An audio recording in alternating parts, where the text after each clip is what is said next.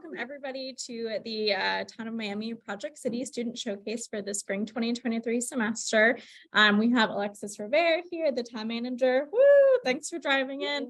And then we also have Ann Richmond, who's the director of the Sustainable Cities Network. She and the Project Cities program. She couldn't make it to our field trip last time, but she is excited to be here today and hear all about your project.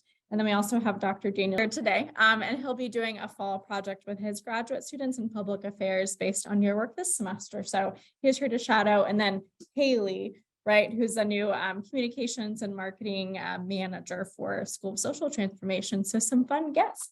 Project City, as all of you know from the beginning of this semester, we're part of the Global Futures Laboratory here at ASU. And the program really started 5 years ago to connect all of the research and resources and innovation of the university with the local communities in which the university is situated. So we're very excited to have the town of Miami as one of our partners this semester.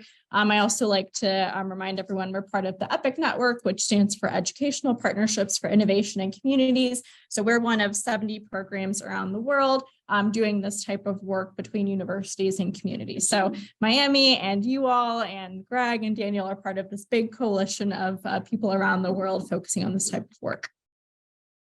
So yes, like I said, Town of Miami is a newer partner this semester. You all have been to, most of you have been to Miami. So it's a small town in the Copper Corridor in Arizona. And our project this semester was focused on a kind of community-wide survey focusing on different perspective, context, and stories of the different community groups within the town, as well as those different historical, social, and economic factors that can help to begin to articulate Miami as a destination, and then hopefully kind of lead to some economic development, tourism, those types of opportunities. Great, and I will pass it over to whoever's next. I'm going to do a quick introduction. Perfect. Okay, so we want to welcome you all to our presentation, and I say our because it's a combination of efforts from different groups that we refer to as More Than Mining, Creating a Tourist Destination. And just to thank again, Allison, Julia, and Alexis for your support over this past semester. It's been an eye-opening experience in a lot of ways to do this type of work. We're in a small town that people take for granted as you pass through. And what you'll see from today's presentation is, in fact, there are many things going on in the town of Miami, and there's a lot of potential that we'll be talking about. So we're going to talk briefly about the project objectives and research methods we went through. And then the four groups are going to present their individual focus areas that they came up with. And then I'll wrap up with just a couple of comments about recommendations as people want to move forward with things. So first, we really had two research kind of questions or focus areas, and that was, what are the perspectives, context, and stories of community groups within the town of Miami, and what cultural, historical, social, and economic factors and descriptors articulate Miami as what we would call a destination. And we really had two focus methods we wanted to kind of address this semester. First, we wanted to look at some archival data. The ASU Library has an extensive collection of materials related to what has gone on in the town of Miami historically. So for any of you who ever want to see anything, you are welcome to look at both the online archives, but also to request the various materials that are available in print and brochures and everything that has the historical aspect of Miami attached to it. And then we wanted to do some community interviewing in order to get perspectives of the citizens in the town of Miami, because they, of course, are the focus of this presentation. So with that, we will start with our first group, Making Things Eventful. This isn't muted, right? This is on, just making sure. No, it's not. Okay, good. Okay, good. Use the clicker if you want, or you can just use enter, however you want to do it. You guys just share it a little bit. This way?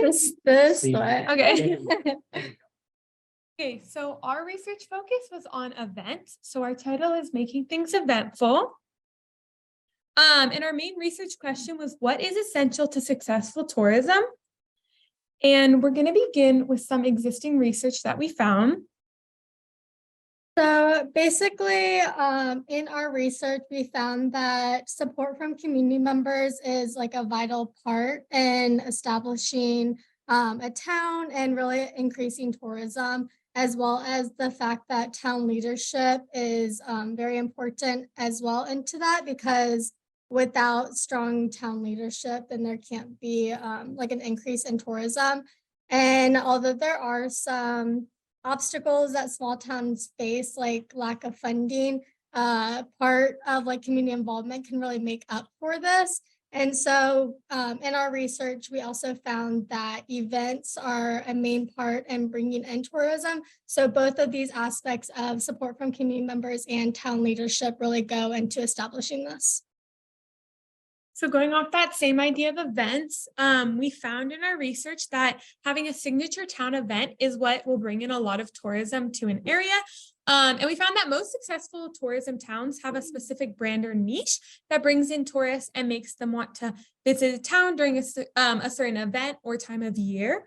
A good example of this would be festivals or events, which is what we focused on in Miami. These having 1 or 2 signature town events will bring tourists into Miami and create buzz around the community and give them a reason to visit. So some of our existing research continuing in that kind of aspect is that the demand for outdoor recreation is on the rise, and it's kind of high as ever that it's been. So really kind of drawing off of that and using that like statistic that outdoor recreation is wanted, Miami could really focus on like all that you guys have to provide, like the hiking trails that you guys have, the lakes and biking, and that can help draw in people to want to visit Miami.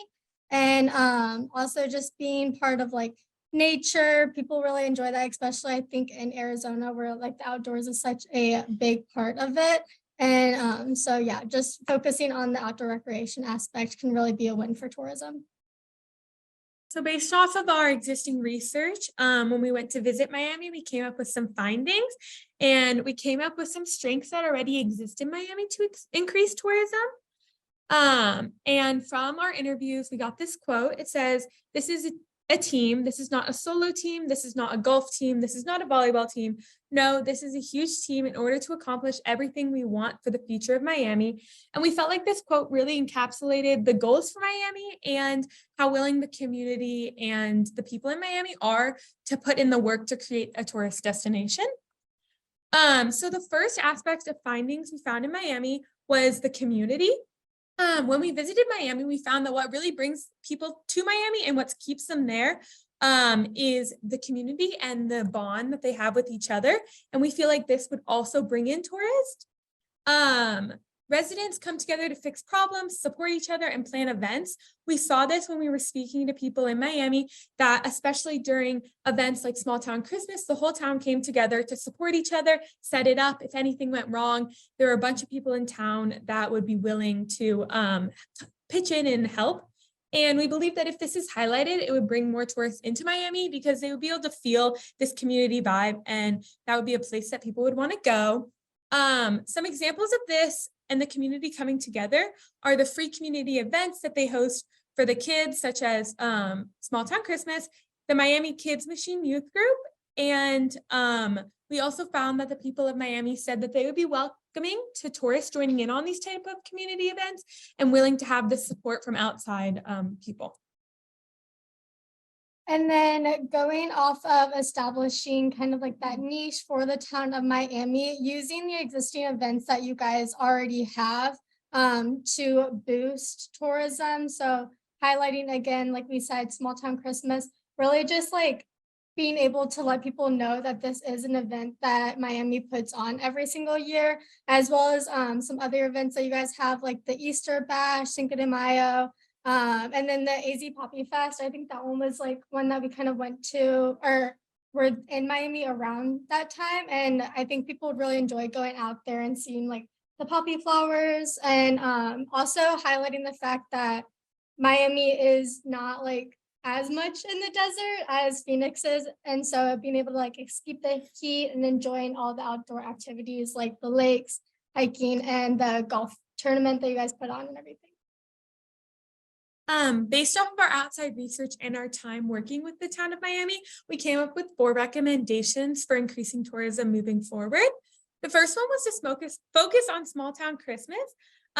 This will bring in tourism and help create a unique brand for the town. The second is to advertise events, especially through social media such as Instagram and Facebook, to surrounding areas. To help bring in more people from the surrounding areas and even the valley into events like Music in the Park or Second Saturday. And this will just create more buzz around the area and have more people start talking about it. And then also really establishing a connection or like a network between other towns. So it seems like Miami already has like an established connection with the town of Globe, as we heard a lot about, but also kind of extending that to maybe like towns like Phoenix, where you could really draw off of the buzz that they already have around their events and kind of get people to also highlight some of the events that go on in Miami, and really just marketing that as part of the town, as well as utilizing passionate townspeople, really just also highlighting the fact that Miami has such like a friendly atmosphere, and that it'd be really great to get like more people into it and like be able to also experience that Miami has to offer. So my group is Mining for New Business. It just makes sense, where we focused on helping small businesses in Miami flourish and also help them recover from crises like the floods last summer. So we started with some existing research where we found that strong business plans help in the recovery process after disaster, and also long-term reconfiguration of resources and just overall responding to change. Second, we found that community involvement in supportive networks can help in innovating and encourage growth. Also, adaptability and flexible businesses thrive because dynamic capabilities and the ability to adapt and innovate in response to environmental change and basically change in general. Lastly, historical buildings promote cultural heritage, tourism, and contribute to the strong cultural identity within a community. So while we were in Miami conducting our interviews, we were able to get a sense of the strong and tight-knit community there. And it was encompassed by this quote we found: "I would never shovel mud again, but if I had to do it, I'm very thankful for the people that came together to do it." Many owners we interviewed expressed their gratitude for the community. When times are hard, they're able to rely on each other for support. Another quote which really spoke to the spirit of Miami is, "We are cultivating. We are actively trying to make things happen, like getting the word out. You know, when I first got here, I had a choice to make, and it was the best one I made." This auction store owner struggled when deciding to move to Miami, but shortly after the move, he realized it was the best decision he could have made. The resident praised the uniqueness in the community of Miami. Using our findings and the research we did, we came up with 4 recommendations as well. We started with continuing to expand restoration of historical buildings and sites. While we were in the town, we were able to observe the unique architecture of all the buildings in Miami. And we think that expanding this project will help address the community's desire for improved infrastructure, especially smoother roads. Next, we think that getting involved in social media could be really beneficial to the businesses. Owners explained how it's difficult to get the names of the stores out to the public. And we think that possibly developing more social media pages, signs, and even ads can help benefit their exposure. Additionally, we think that developing events with potential for vendors to sell goods can be good for the businesses. While free community events, like Small Town Christmas, are essential for supporting the youth of Miami, there's a lot of potential for new community events to bring in revenue, like Music in the Park or art festivals. And lastly, we think that streamlining process for individuals to apply for help from the city can help businesses stay strong. Some of the surveyed participants, particularly the older residents, felt that they were overwhelmed by the process of applying for recovery resources. Hello, everyone. My name is Luis Reyes, and the title of our presentation was "To Stay or Not to Stay? That is the question." All right, so the question we were focusing around was how does rural city life impact migration to and from Miami? So we wanted to start with just a few demographics, just saying that Miami right now, the demographics of Miami are vastly different than the demographics of when Miami was first established. When Miami was first established, there was a large influx of Slovakian settlers coming in to work in the mines. But as you can see now, the demographics are vastly different, ranging of a 59% Hispanic, 31% white, 3% Native American, and 6% of the population is representing 2 or more races. Not only that, but the total population as of 2021 is 1,490 people, so a little under 1,500.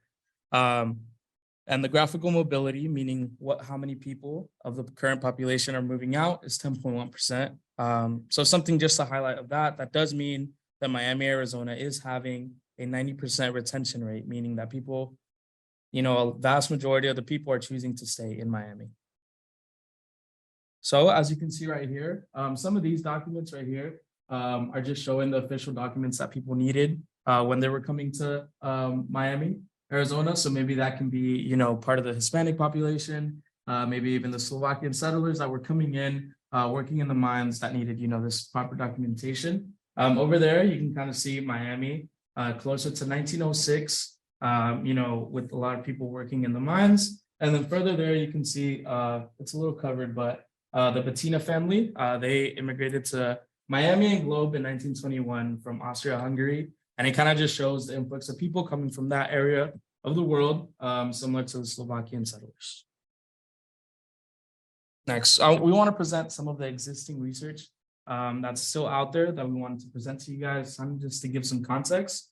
And this one's pertaining to kind of the challenges of rural living. One of those challenges is the goals and opportunities, as we were able to learn from Ben White. So when it comes to a rural community, a lot of the workforce, a lot of the careers available are very limited due to them being very concentrated. For example, they can be in agriculture, labor, or other extensive work. In the case of Miami, it is the mines. So a lot of the workforce, a lot of the careers are centered around the mines.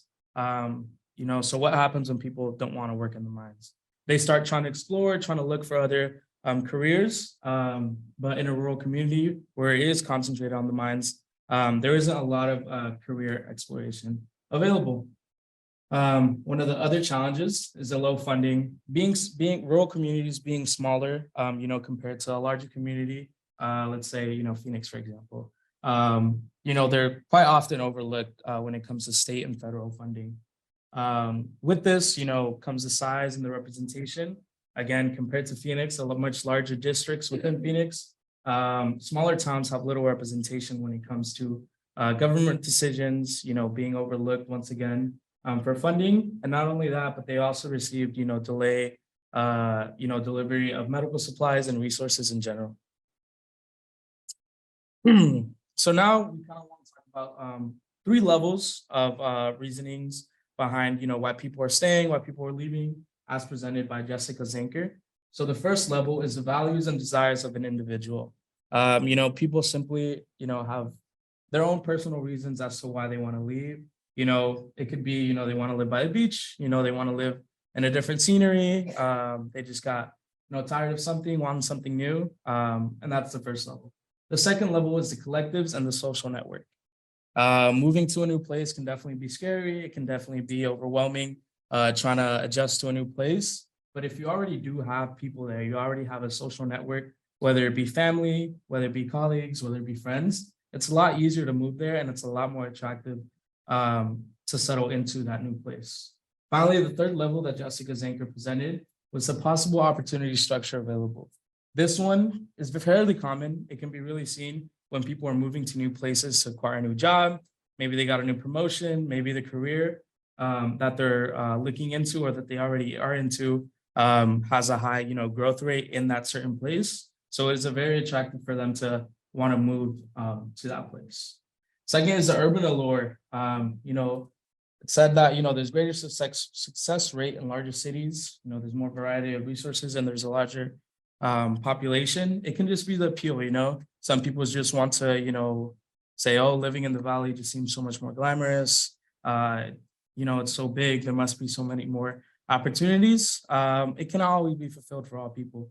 As big as, larger cities are, they can fulfill a lot of people's desires, but it can't fulfill everyone's.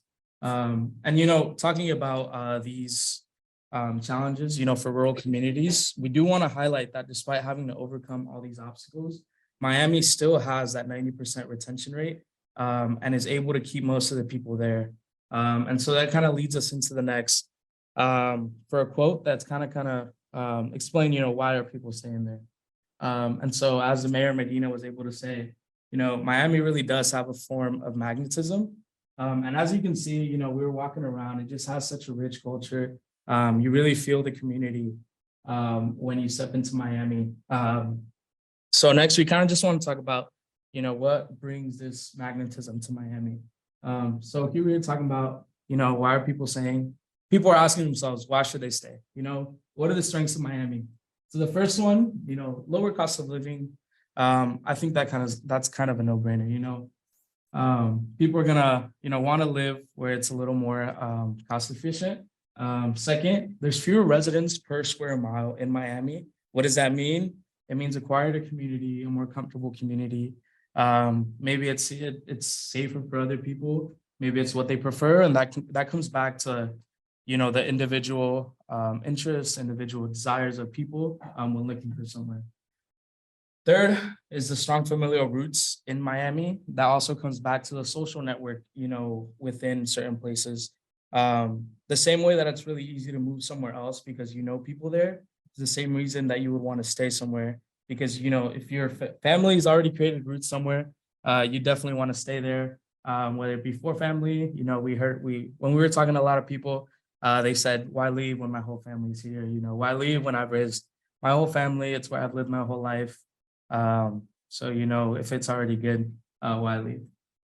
Next is the culturally diverse community. As you know, we said in the beginning with the demographics, there is a large, you know, Hispanic population, but still, I think that it's still diverse enough, you know, with the percentages kind of spread out amongst other people of different backgrounds, where it brings a lot of like culturally richness to the community that everyone can enjoy. Next is the close-knit and dependable community. You know, as Mayor Medina said, Miami, you know, he told us that it just creates such a great community when it comes to, you know, raising a family, you know, when it comes to retirement, and just, you know, the events, the community events that are given out, whether it be for free, you know, for the kids, the small town Christmas, it's all for them. It's all, you know, enriching for family life. And, you know, we took a quote from Christine Duarte that really stuck to us and related to this, you know, raising your family there is, if I can change one kid's life, I've succeeded at what I do. And that just goes to show, you know, how that community is there to support each other. You know, it's helpful towards each other, and it's, again, a great environment for raising a family. Hi, everyone. I'm Ari.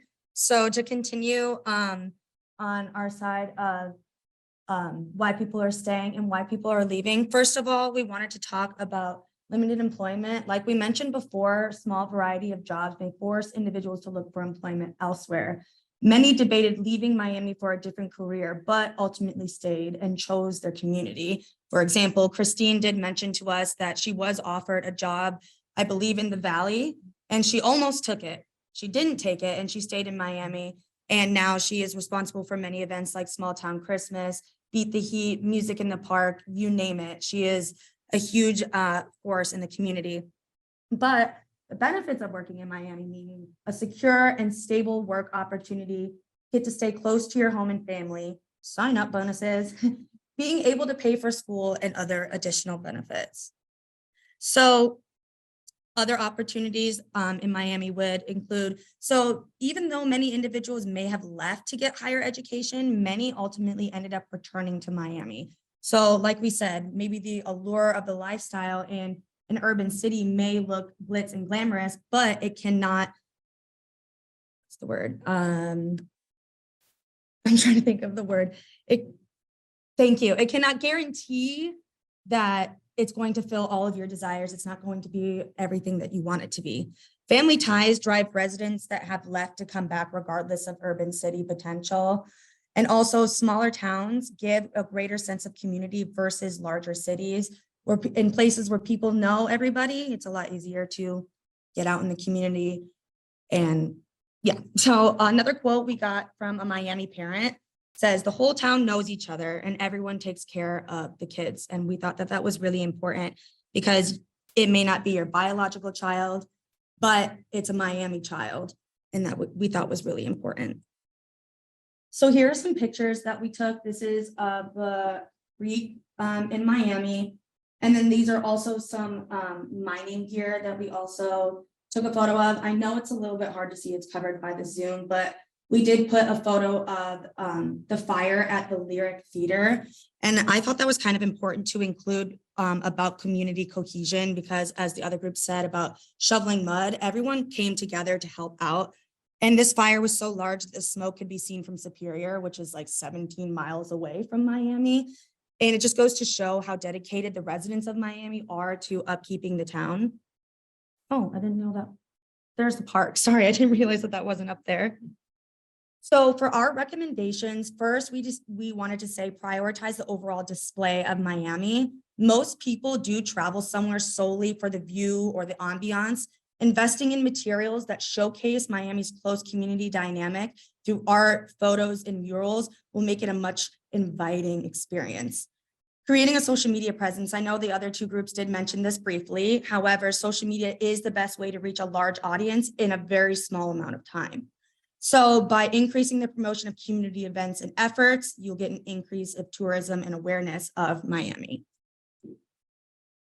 Next, continue to expand town businesses and the job market. Like other groups and us have said before, increasing of local businesses with consistent operation hours will give tourists ample time to explore the town as they wish, especially if you're traveling from very far away. I mean, the valley is about an hour and a half, but if you're coming from Peoria or anywhere else, we want to make sure that when they get there, things will be open and they will be ready to see the town.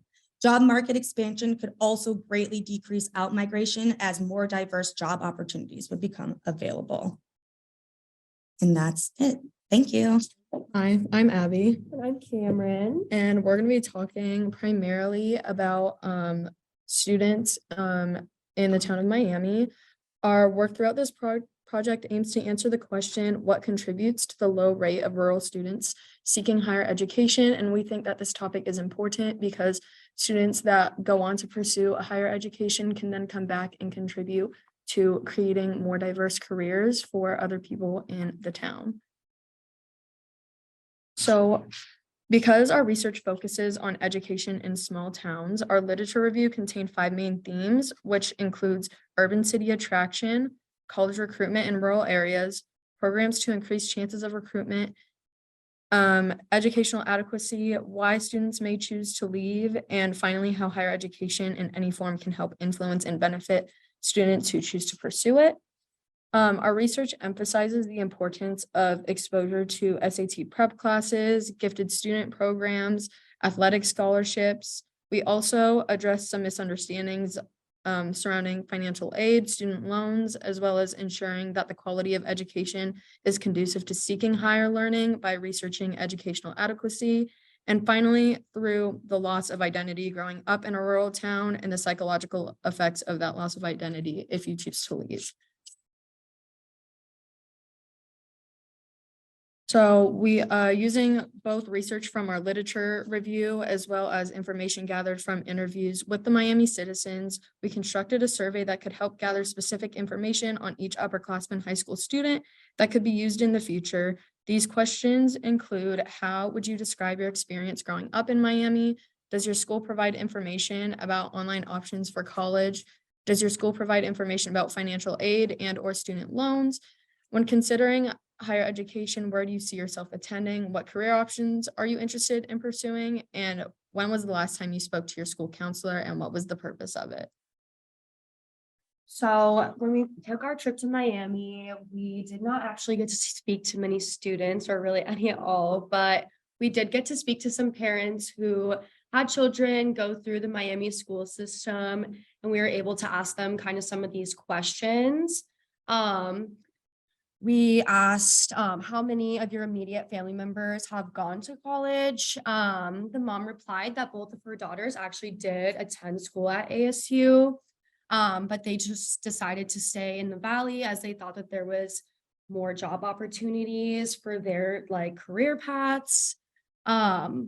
We asked, does your school provide information about financial aid and student loans? We got kind of mixed reviews on this question. Some people felt that their kids did get like ample information about these type of opportunities. And some parents felt that because of different ethnicities and things of that sort, that they maybe didn't get the opportunities as they should have been.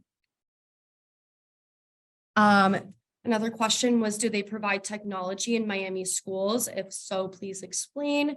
Many of us have grown up having a computer issued by the schools, and we found out that students in Miami only really received computers after COVID when everything became online learning. If residents move away from for college, do you think they'll return back to Miami or live elsewhere, and why? We did hear from someone, this was kind of a direct quote, that Miami doesn't have the type of job opportunities a college education provides. And one of the mothers felt that 15% of the population goes to college while the rest goes to the mines. And we also found out that many students go into nursing programs as well. One of the last questions was, did Miami offer any college level programs for high school students that you know of? We did find out, like I said, that Miami does work to provide nursing classes through ASU, which is really awesome. And then another thing that we found out while interviewing one of the parents was that we found out that there was a rising issue of fentanyl amongst the kids in Miami. We were informed that there was Christine and one of her friends, they tried to come together and present in the schools, just kind of giving some information about the dangers of drugs and how they can impact oneself, which I think is really important that they were able to come together and try to work with students to, thank you, just to basically show that there is support for these kids and that they are not just stuck where they are and that there is opportunities for them. So the recommendations we came up with as a result of our research and our interviews are as follows.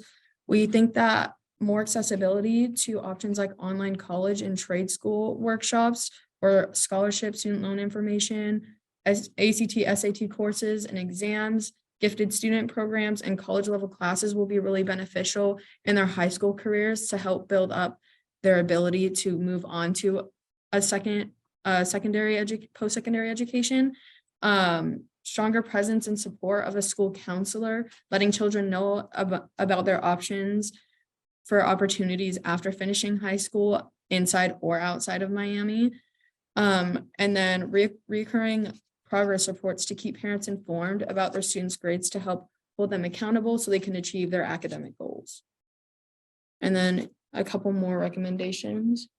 We said that getting students more involved in understanding about the fentanyl issue could be really important. We don't want anyone to feel like you're alone. And I think high school is such a important time for kids and kind of figuring out who you are, especially if you are planning on going to college. It's such a big change, especially for kids who grew up in a rural community. Going to school in a big area can be very overwhelming.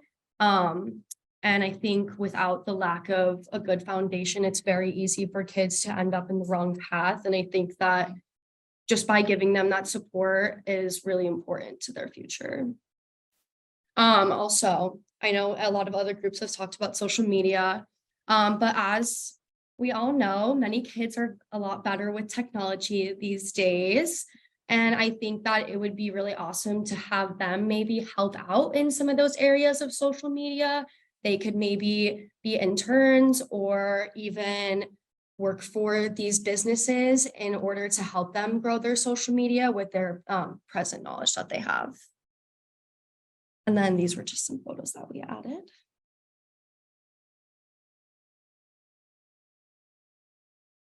So excellent work amongst all of you to help us as we understand this movement to consider Miami as a possible destination location. And I think if I had to summarize the learning that we all got from this is we had an idea as we came in here, I think, as we started this work, that this was going to be very, very focused on this aspect of tourism. In fact, what we found was there are so many strengths in Miami that relate to the family environment that's been created and other issues and these interviews really exposed how connected people are. So a couple of things came out.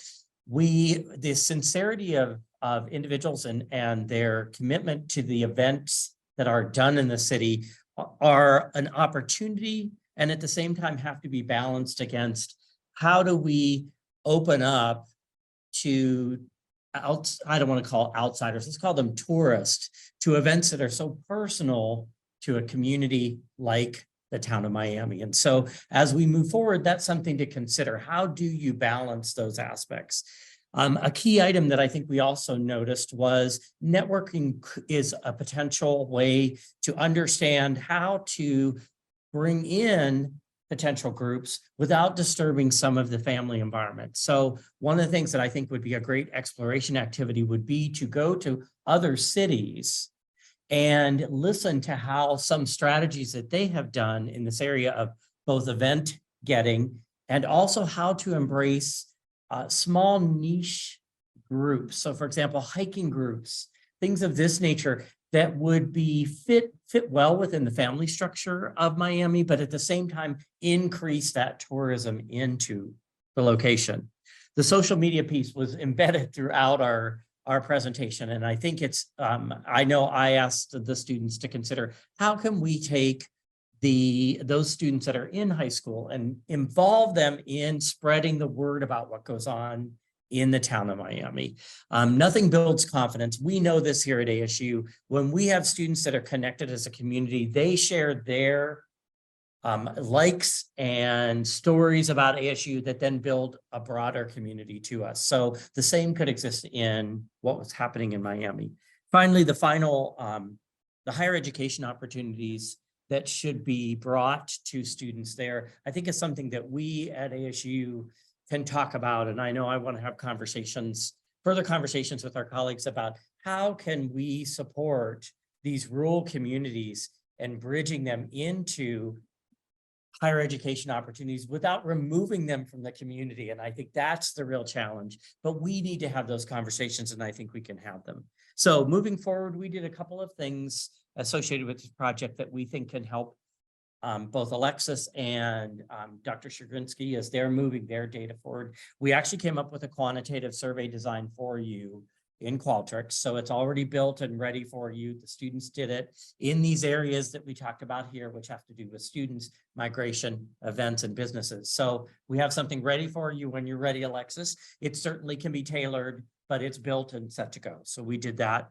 And I think in our final report, one thing that you will find most beneficial, and again, we'll have to talk with Allison and Julia about their desire. We have an extensive literature review that was done, which would be great for you to pull from as you're doing your grant work and other things, because we've already done that. It may get scaled down for our final report, but we'll keep a version for you so that you can go through it. And this will save you time because we have all the citations, we have everything built there for you. So you might as well take advantage of that. So I think that's a huge takeaway that we can give you as well too. And it was quite extensive. Our final report's like almost going to be about 60 pages and it can't be that long. I know it's great, but I was also thinking, okay, maybe it can't be this long, but you can certainly use it for your piece. So we want to thank you again, Alexis. We want to thank you and all of the individuals that spent time with us in Miami. We enjoyed thoroughly hearing their stories. I know it opened up my eyes of what it's like to live in a small community. The family environment alone was very touching. And I think moving forward, it would be good for everyone to take a trip to Miami in order to understand and go back to this small town roots of things. So with that, I want to give a huge round of applause to the students and everyone.